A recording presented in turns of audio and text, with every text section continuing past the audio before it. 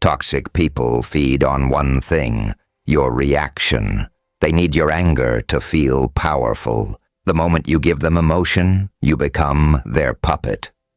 Machiavelli taught that he who controls his reaction controls the war. Today, you learn to become a gray rock, uninteresting, unmovable, and safe. Because what nobody tells you about dealing with toxic people is, you can't win by fighting back. You can't logic your way out. You can't explain yourself into peace. Because the toxic person isn't looking for understanding. They're looking for fuel. And the fuel they run on? Your emotional reaction. Every time you defend yourself, you're pouring gasoline on their fire. Every time you argue back, you're validating that they have power over you. Every time your voice rises, your face flushes, your hands shake. You're giving them exactly what they came for. Machiavelli understood something profound about power. The person who needs nothing from you controls everything. The person who can watch chaos unfold with a calm face holds all the cards.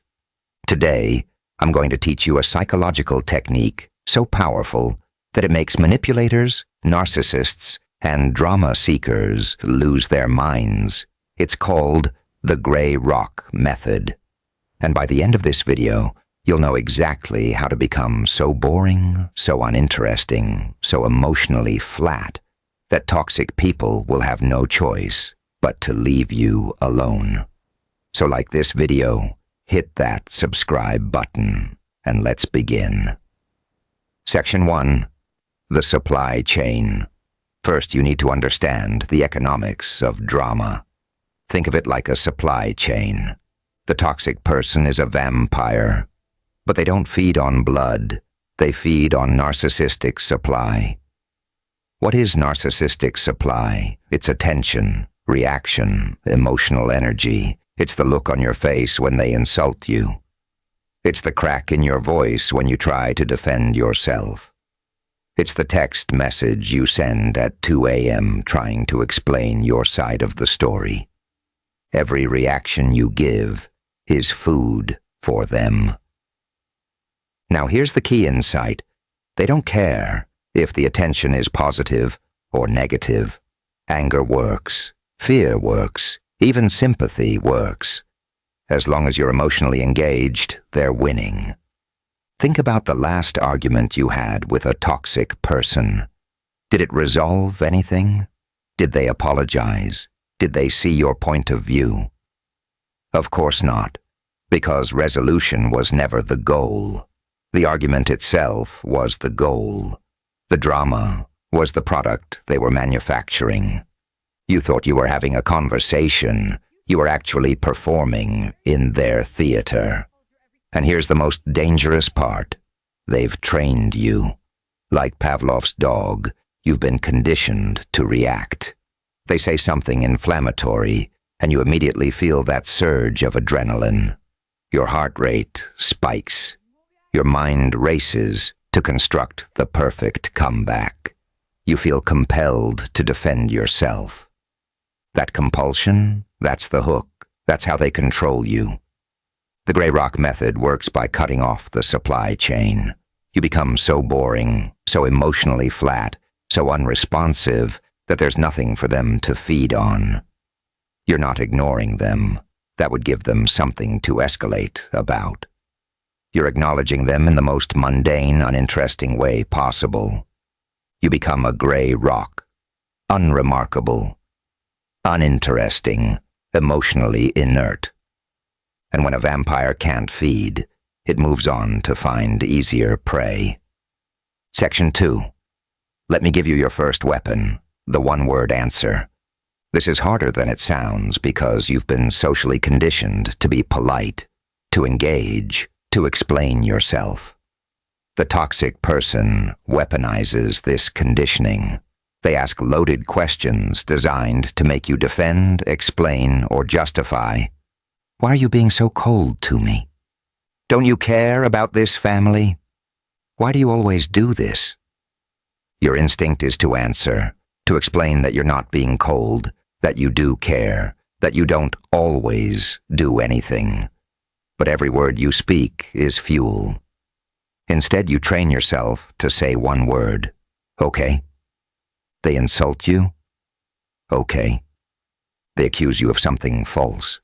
Okay. They try to guilt you? Okay. No explanation, no defense, no elaboration. Now you might be thinking, but won't that make them angrier? Yes. Absolutely. And we'll talk about that in a moment. But here's what you need to understand. Their anger was always inevitable. You cannot say the right thing to make a toxic person happy. The only winning move is to refuse to play the game they've designed. Okay is not agreement. It's not submission. It's a verbal gray rock. It's the sound of you refusing to engage with their emotional manipulation. Let me give you some variations. I hear you. Noted, if you say so. Interesting. Each of these is emotionally neutral. There's nothing to argue with, nothing to escalate. You're not defending yourself, but you're also not attacking. You're just there, present but unavailable. Practice this. Stand in front of a mirror and say, okay, in the most flat, disinterested voice you can muster. Remove all sarcasm. Sarcasm is still engagement. Remove all anger. Anger is their favorite fuel, just flat, neutral. Boring. The toxic person is used to getting a rise out of you. When you suddenly become this calm, uninteresting surface, they don't know what to do with you. You've broken their script. Section 3. The dead eye. Here's the psychological trick that changes everything. You need to emotionally detach from the person in front of you. I call this the dead eye. Imagine the toxic person is a character on a TV show. You're sitting on your couch, watching this character throw a tantrum, make accusations, try to manipulate you. It's a performance. It's scripted. It's not real in the way they want you to believe it's real. You don't yell at the TV when a character does something stupid. You don't cry when a villain insults the hero.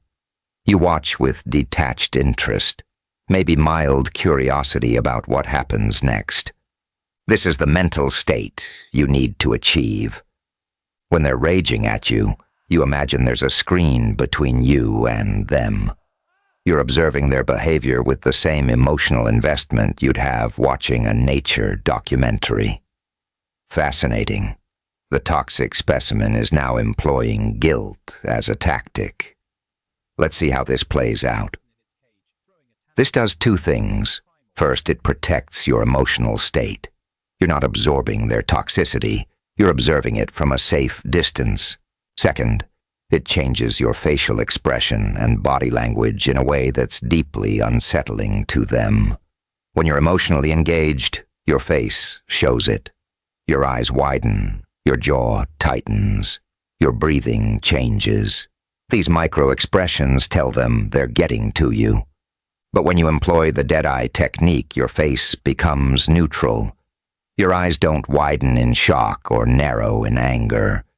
You just look at them calmly, the way you'd look at a mildly interesting insect. This is unusual to them. They're used to certain facial cues that tell them their manipulation is working. When those cues disappear, their brain short-circuits for a moment. I'm not telling you to be cruel or to dehumanize anyone. I'm telling you to protect yourself by creating emotional distance from someone who is actively trying to harm you. Practice this. Next time you're watching a dramatic scene in a movie, notice how you feel. You're engaged, but you're not personally affected. You're interested, but not invested. That's the energy you bring to your next interaction with a toxic person. You're not in the scene with them. You're watching them perform. Section 4. Killing the defense. This is where most people fail with the gray rock method. They can't resist defending themselves. The toxic person knows this. That's why they attack your character. They'll call you selfish, cruel, ungrateful, crazy. They'll tell lies about you to others. They'll distort your words and actions. And every fiber of your being will scream at you to defend yourself, to set the record straight, to make them understand that you're not who they're saying you are. This is the trap.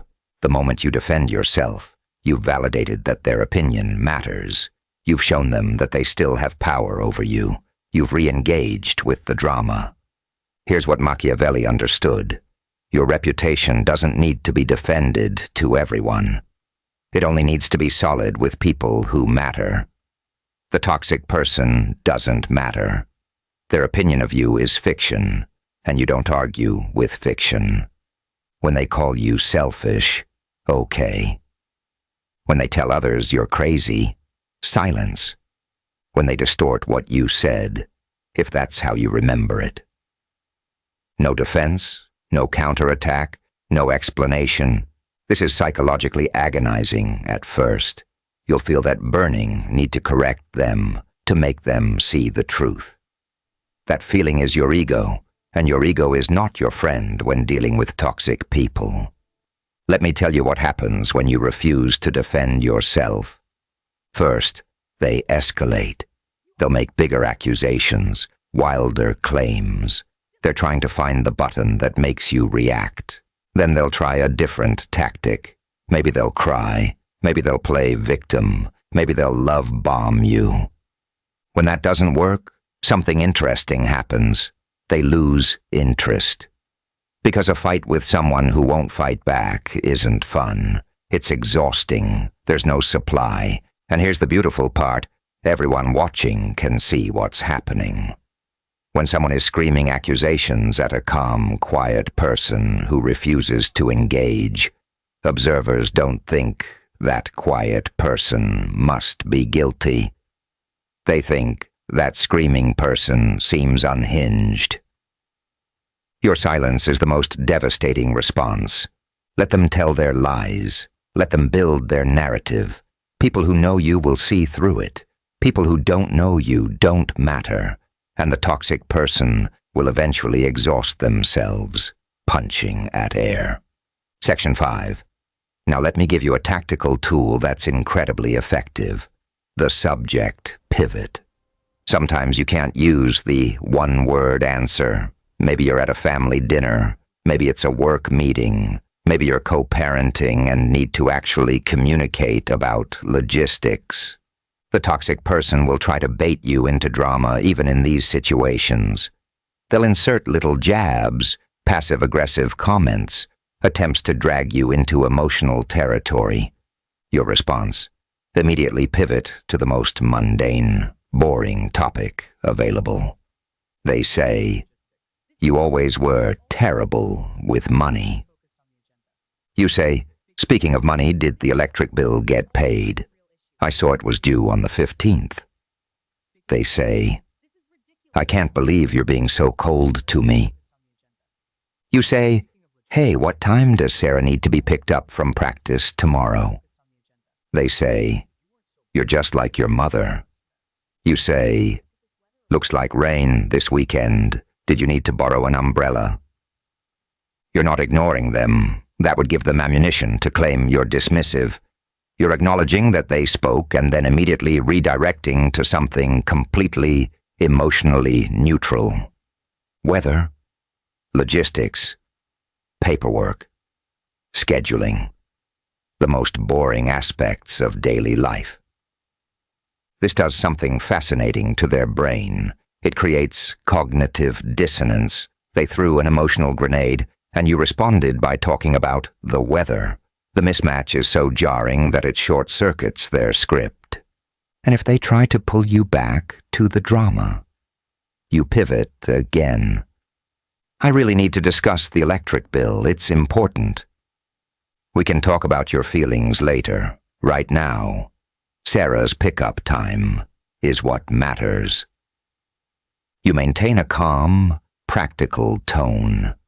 You're not being sarcastic. You're not being cruel. You're simply refusing to engage with drama and insisting on focusing on neutral, practical matters. Over time, this trains them. Conversations with you are boring. There's no emotional payoff. They'll start avoiding you, which is exactly what you want. Section 6. Now here's where you need to prepare yourself mentally, because this is where most people break. The extinction burst.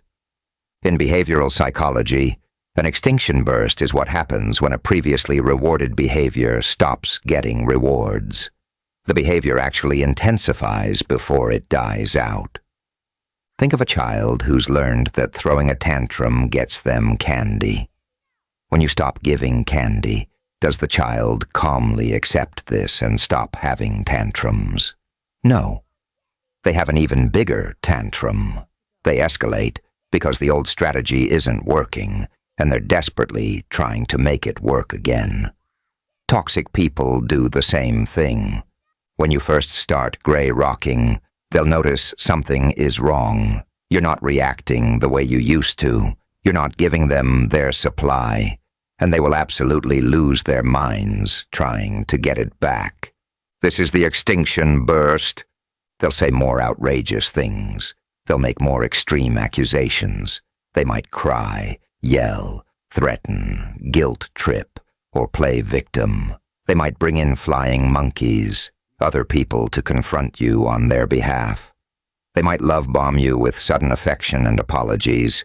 This is the most dangerous phase because you'll be tempted to think, see, the gray rock method is making things worse. It's not making things worse.